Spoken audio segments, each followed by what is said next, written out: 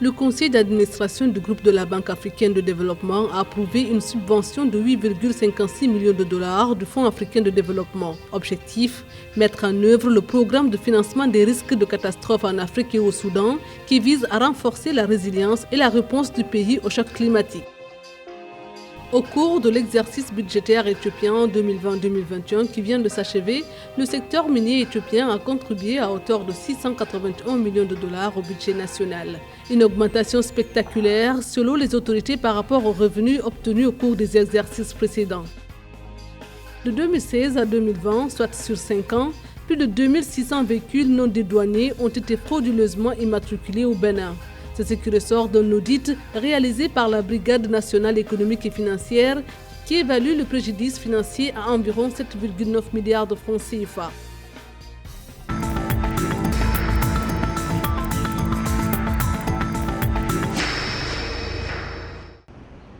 Le Soudan est très affecté par les changements climatiques qui surviennent régulièrement dans le pays. Selon un rapport récent des Nations Unies, le Soudan fait régulièrement face à la sécheresse et à des inondations qui affectent les cultures et ainsi que la survie des Soudanais. Des centaines de Soudanais perdent par ailleurs leur vie en raison d'une alimentation non équilibrée.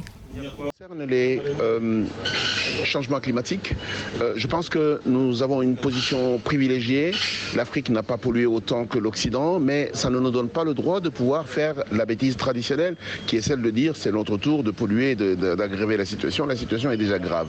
Il est important que l'Occident et l'Afrique trouvent des mécanismes de compensation, mais il est très important que nous ayons des attitudes responsables vis-à-vis de la dégradation climatique.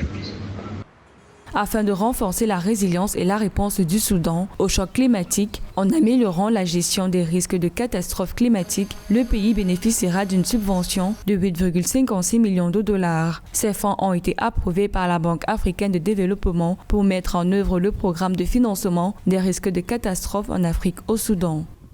On observe malheureusement que la plupart des pays africains n'ont pas des plans solides de gestion de catastrophes, encore moins des plans de prévention de catastrophes. C'est une faiblesse notoire et il est très important qu'aujourd'hui, à la lumière de tous les autres pays, la République démocratique du Congo avec Nirangongo, on a vu récemment, certains autres pays africains, que le Soudan peut-être prenne l'avance. Et en ce moment-ci, si la BAD finance l'étude, ce serait une très bonne chose, mais il faut surtout divulguer cette étude afin que d'autres pays en tirent des leçons. C'est quelque chose de très important.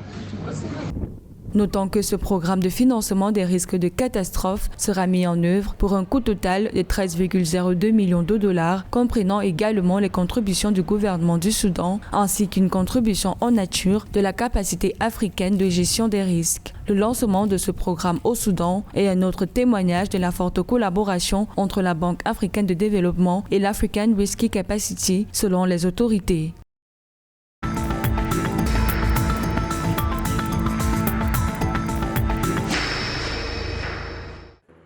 L'Éthiopie a tiré 681 millions de dollars du secteur minier au cours de l'exercice budgétaire 2020-2021.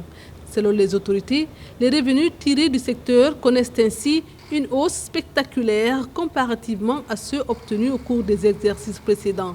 L'Éthiopie avait tiré en effet 207 millions de dollars sur l'exercice 2019-2020. À en croire les autorités, cette performance est imputable notamment à la mise en œuvre de plusieurs réformes clés dans le secteur des mines au cours des dernières années afin d'augmenter les revenus provenant de ce secteur stratégique. Plusieurs centres de négoce de l'or ont été créés.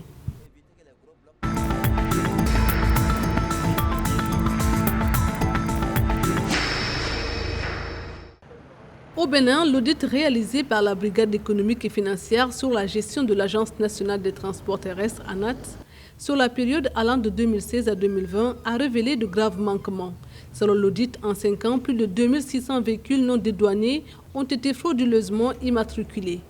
Ces agissements véreux et illégaux ont entraîné des manques à gagner estimés à 13,6 milliards de francs CFA, dont 1,3 milliard de francs CFA concernant des décaissements relatifs à des marchés irrégulièrement passés, 191 millions de francs CFA, s'agissant de paiements pour des actes anormaux de gestion et 12,1 milliards de francs CFA au titre de présomption de fraude dans le cadre de la gestion des opérations d'immatriculation.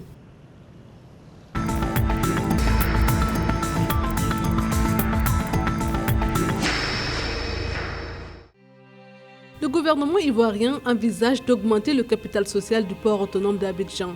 Ainsi, ce capital connaîtra une augmentation substantielle de 525%, passant de 16 milliards de francs CFA à 100 milliards de francs CFA.